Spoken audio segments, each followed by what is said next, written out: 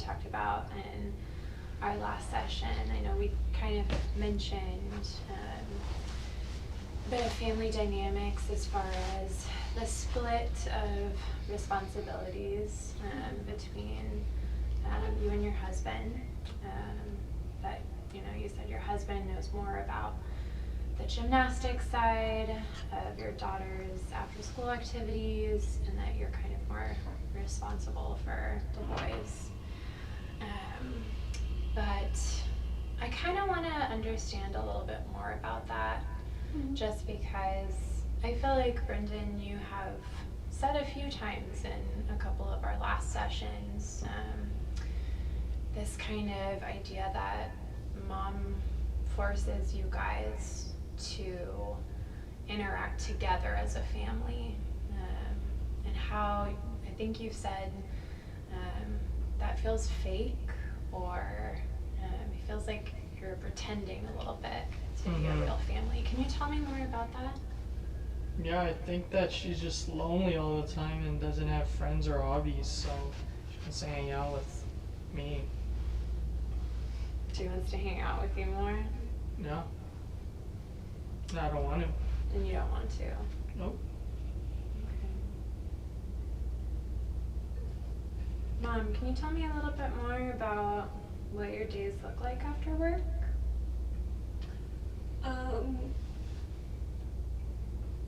I usually bring the boys home or take them to any activities they need to do.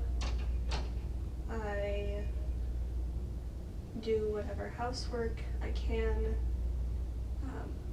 Sometimes I have admin work that I have to bring home. It really depends on the day. I try to be the more flexible parent so that I can do what the boys need, and my husband's a little more regimented because my daughter is a little more regimented. So if I have work, I do that. If I have the opportunity to clean, I do that. If I have the opportunity to help out either of the kids with their homework, I do that. I cook dinner most nights. I try not to do too much of like easy dinners. I usually try to feed them well because my husband, I mean, being a family medicine doctor, he knows a little too much about what's in our food. Like, he's willing to be flexible, but I can tell, like, if I make a frozen pizza and he comes home, he's like he has to take a deep breath, and he's like, this is okay, this is okay, this is okay. Yeah. But like, I know it's hard for him because he's got some stress around what we eat, so we try to eat healthy. Some days I need to run to the grocery store. That's usually more of a weekend activity. And then I'm like, on Fridays I plan family night. Okay, so those are every Friday? Yeah, they try to be every Friday. Okay. We've stopped requiring that he comes because he has no interest in it, but like, my daughter and my younger son still enjoy it, and I don't want to take that away just because their older brother is too cool for board games. They still get to feel like a family, and they still enjoy playing with mom and dad. So you're saying that you think Brandon doesn't feel like part of the family because he doesn't attend the game night? I feel like he doesn't have any interest in interacting with all of us together. He doesn't, it's not just game night. He shows no interest if we go camping together or have dinner together, or like movies together is more understandable because we have to cater to the youngest age, and that can be hard because we don't want our daughter to see like violent images, and that's more of what he's into, which I think is fine. I'm not against him seeing the movies that he wants to see. It's just our daughter's a little young. Like, he wants to go see PG-13 stuff. She's 11.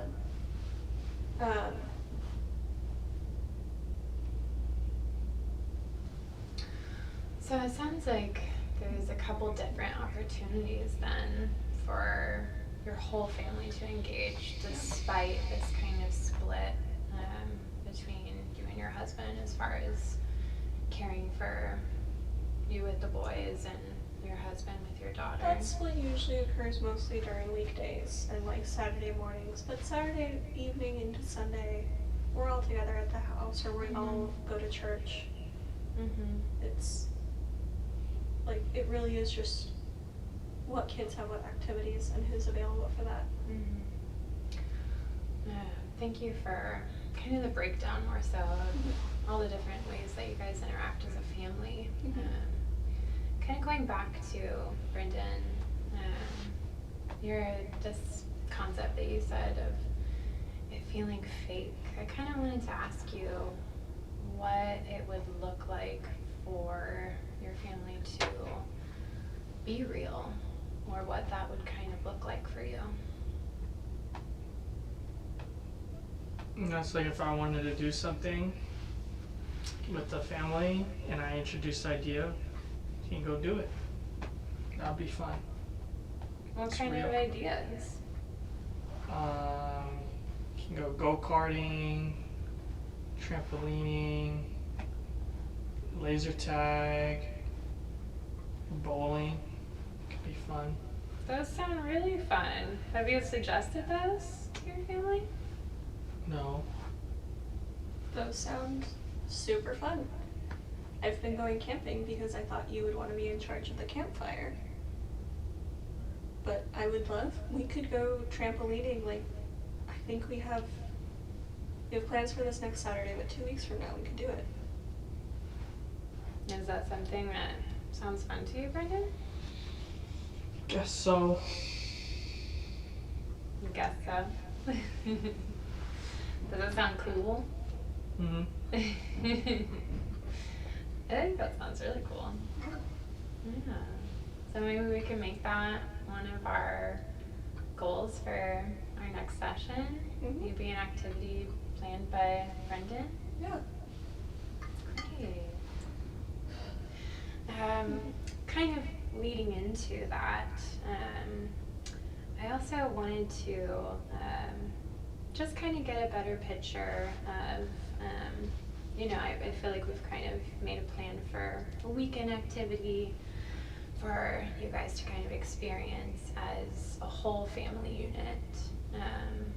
But going back to weekly interactions, it sounds like you guys you're kind of on your own with the boys most nights, would you say? Yeah. Until like 6:30. So it's usually after dinner. Like, yeah. Okay. Brendan, can you tell me what those nights typically look like for you? Yeah, we eat dinner and then I go to my room and I do my homework. Okay. So it seems like there's a pretty stable routine. Okay. What about seeing your friends? Yeah, if we want to do something, we plan it and then I run downstairs, I tell her and I leave. How does that go, usually? She can't do anything about it. She can't do anything about it? Is that what you said? Yep. If I want to do it, I can do it. Call my dad, text him, yo, I'm going out. Oh, and then what does your dad say? Be safe. Be safe. Yep. Okay. He'll be like, go bring your little brother, and I'm like, okay. So that's when I get him and we go. So it sounds like for Dad, as long as you include your brother, then whatever you do is fine, is that right? Most of the time. Okay. Can you let me know maybe a little bit more on your side what those interactions look like? Well, last semester it was more okay. Usually, like, he was with a different group of friends. They would usually go to each other's houses. They play video games or study or, I don't know. Yeah, I think we Had talked fun a little together. bit about his old friend group. Yeah, and now he goes to a skate park, and I'm a little more Or concerned. Target. Or Target. Yeah. Might bully Target. people. Love You want to tell her Target. what to do at Target? this is an interesting thing. I think you might You find like this get the interesting." bouncy balls, you like throw them over the aisles at random people. I don't know what, he's right. There's nothing I can do. There's no supervision. I can't stop him from getting on his bike and going somewhere. I'm not going to physically restrain him. And I can only tell him that it's rude to go to Target and, like, call people fat and hit them with merchandise. Well, in what you described, Brendan, Mm-hmm. are you just playing with the balls, or is something else happening when you go to Target? No, we're just having fun. Just listening to Johnny and what we want to do, you know? Johnny? Yeah, my Oh, other one of your friend. friends. Mhm. Okay. You like record it, you know, doing funny stuff, try to go viral and stuff. They, On TikTok. Yeah. yeah, and sometimes it's minor stuff like playing volleyball until a staff member comes and kicks them out. Mm-hmm. But sometimes they will follow more heavy people and make weird sound effects about their walking. How have you found out about those incidents? He shows me the recordings, or he shows his dad the recordings, and then his dad shows me, or his little brother sees the recordings on his TikTok and he shows me. Nothing is private on the internet, so I see it. I don't know what to do. Brendan, what do you feel like you get from doing those TikToks? It's fun. Give So you views, get comments. enjoyment from Yeah. it. What's fun about it?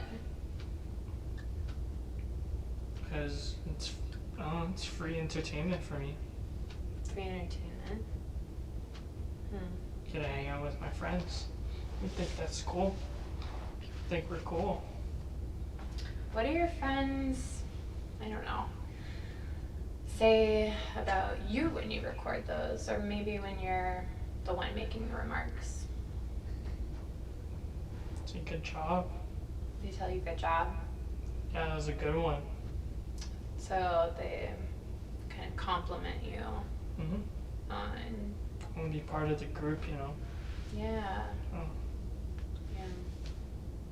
on how sick your burns are. Burns? You dated yourself. You made a mistake.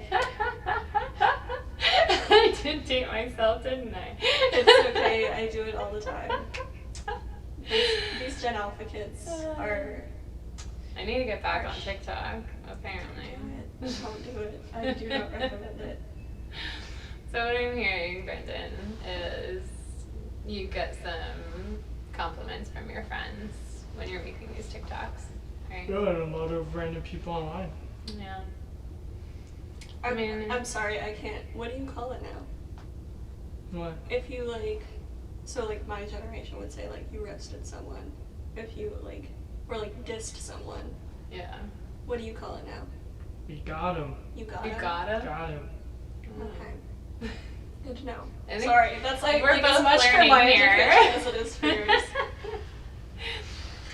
Well, I mean, it's totally normal also for teenagers to seek the approval of their peers and desire to be part of a group, and I feel like you really admire your friends. Is that I right? don't.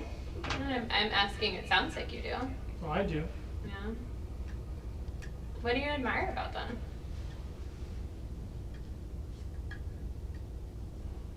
I don't know. They're friends. They're guys. Go to the park. Go to Target. It's cool. They're guys. Yeah. What makes them the guys? So like, yo, what do you want to do today? Say, oh, let's go to the park. Let's go to Target. Let's make some videos. It's fun. That's what we do. It's my squad. That's your squad. Yeah. Do you guys have like a name for yourselves? Yeah. What do you guys call them? We're the fire starters.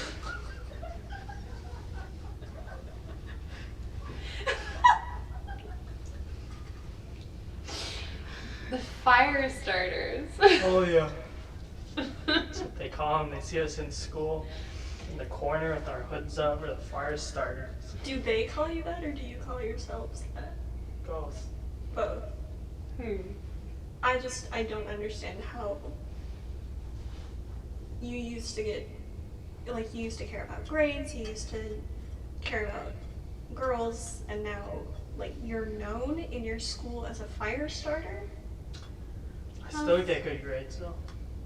So I'm hearing, feel there's like a noticeable difference in. Well, evidently everyone's noticing the difference. This You is his know- reputation now. He calls himself by this name. I want to acknowledge that you feel like there's a big change.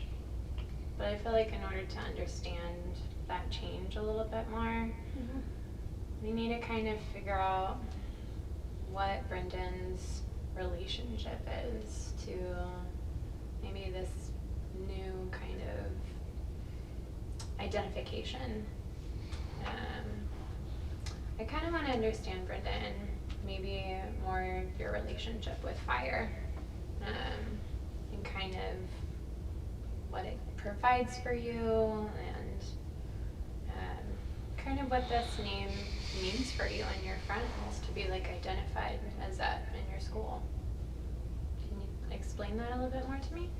Yeah, I mean, ever since we were little, you know, she used to take us out camping all the time, and it's my dad, and we used to just go camping, build a big pit, and start some fires, and she would like doing that.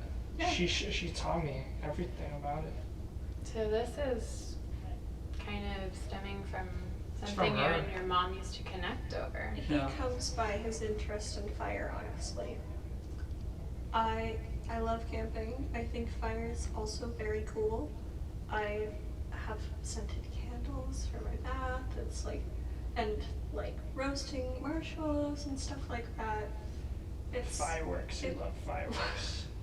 I'm from a place where fireworks are like totally normal. It's a big cultural thing. Yeah.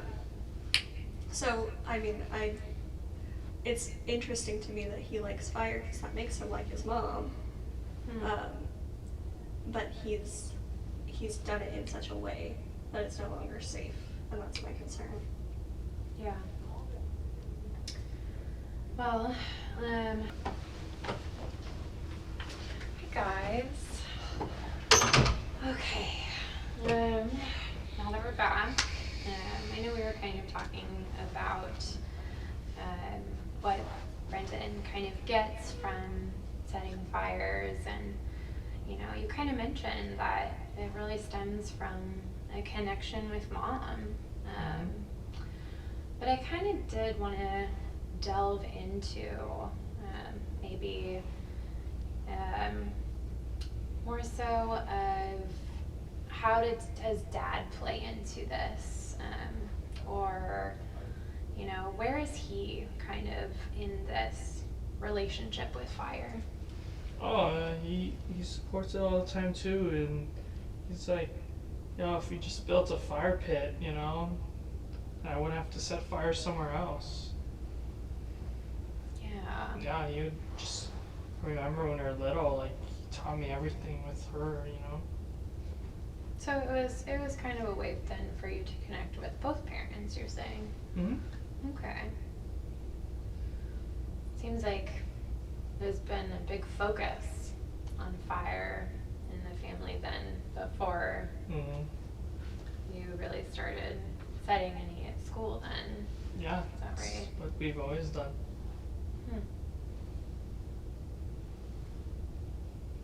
I'm interested in what's going on with you right now. You're kind of looking down at the floor, and you seem a little lost in thought. I just, like,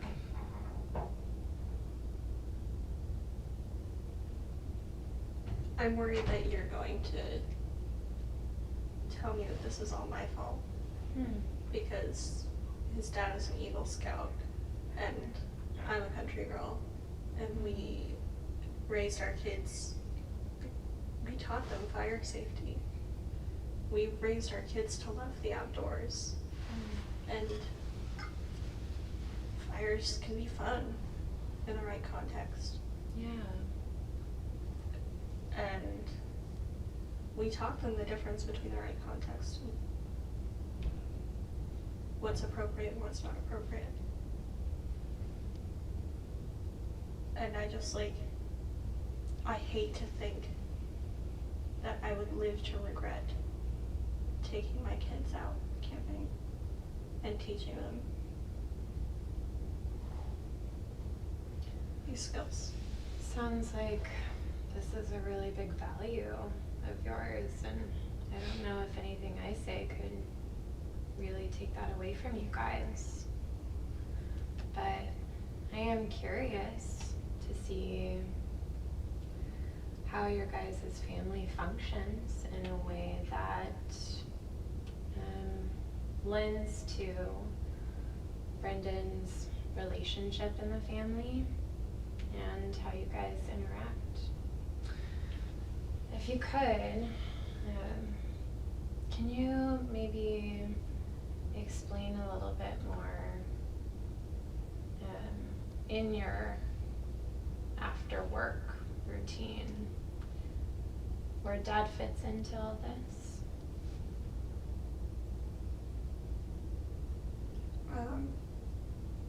During the week, he usually comes home at 6:30. I keep some of the food hot for him. The boys are typically hungry earlier, so I have to feed them earlier. And then he comes home, we check in. If there's a crisis, then we handle it together, or he handles it. But Friday evening through Sunday evening,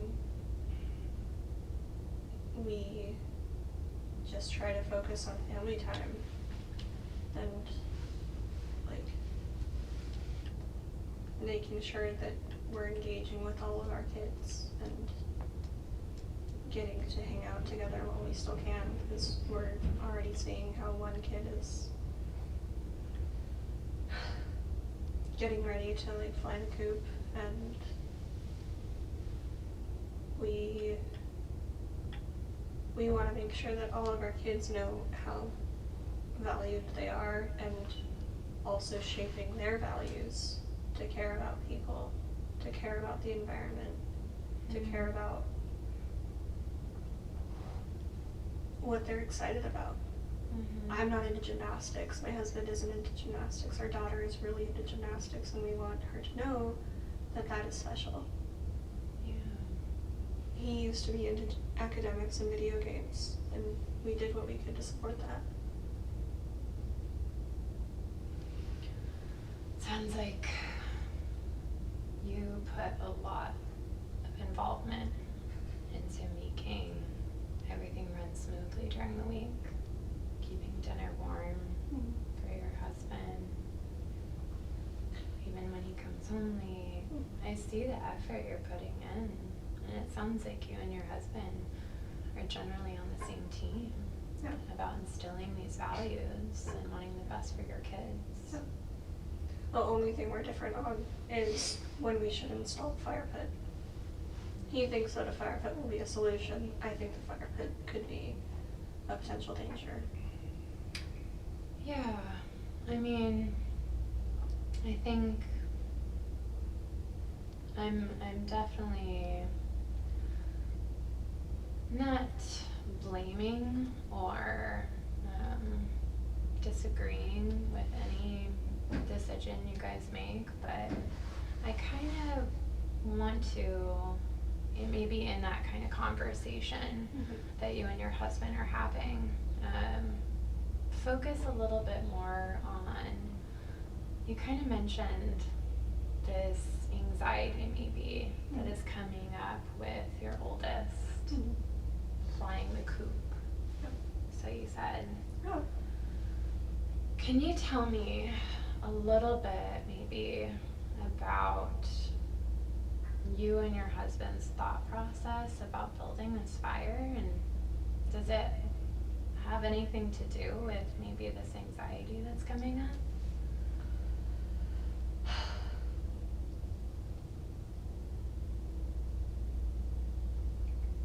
Well, I'm torn on having a fire pit at home. Because I think it would be better to have supervision, but I also don't think that if he were to use a fire pit at home, that he would seek supervision, because he's already not seeking supervision. I don't think that the fire pit or the camping have anything to do with me worrying about him growing up. What I'm more concerned about is that as he grows up, he is making decisions that have longer and longer term consequences, and I'm concerned that he doesn't have the understanding of how long these consequences can impact him. Right. We want to launch our kids successfully. Mm-hmm. It's sad for me as a mom to know that my eldest is getting older and going to be an adult soon. But what he does now reflects on how I've done. So if he does well, and if he does launch, then that means I've done a good job. Mm. Right now he's not doing well. That makes me a bad mom. So you see it as a reflection of you. I'm sensing a lot of emotion coming up right now. That's a lot to be trying to manage.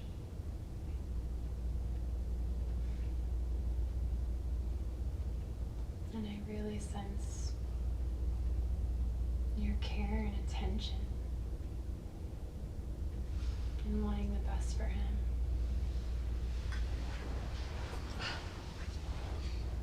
He's a good kid. He's having a hard time.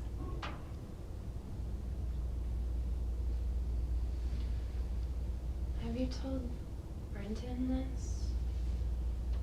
In what part? That he's a good kid? I try. What did it look like? Can you turn to him and just this emotion I think is really valuable in the room, and I don't know. Maybe let's try that.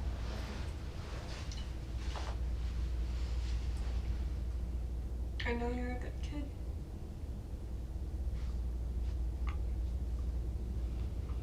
I hope you know that you're a good kid. Good. Do you sense that, Brendan?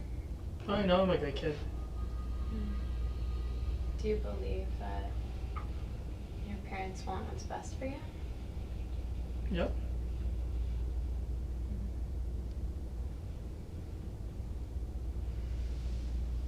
And just, I want to honor your vulnerability right now and the emotion that came up. And I kind of want to ask you, Brendan, what did that feel like, having your mom say that? Saw you give a thumbs up. You already know all of this. You know that you're a good kid? Hmm. She raised me, so I have to be good. You feel like you're good because of what your mom has done? Mm-hmm. Have you told your mom that? She already knows. Do you?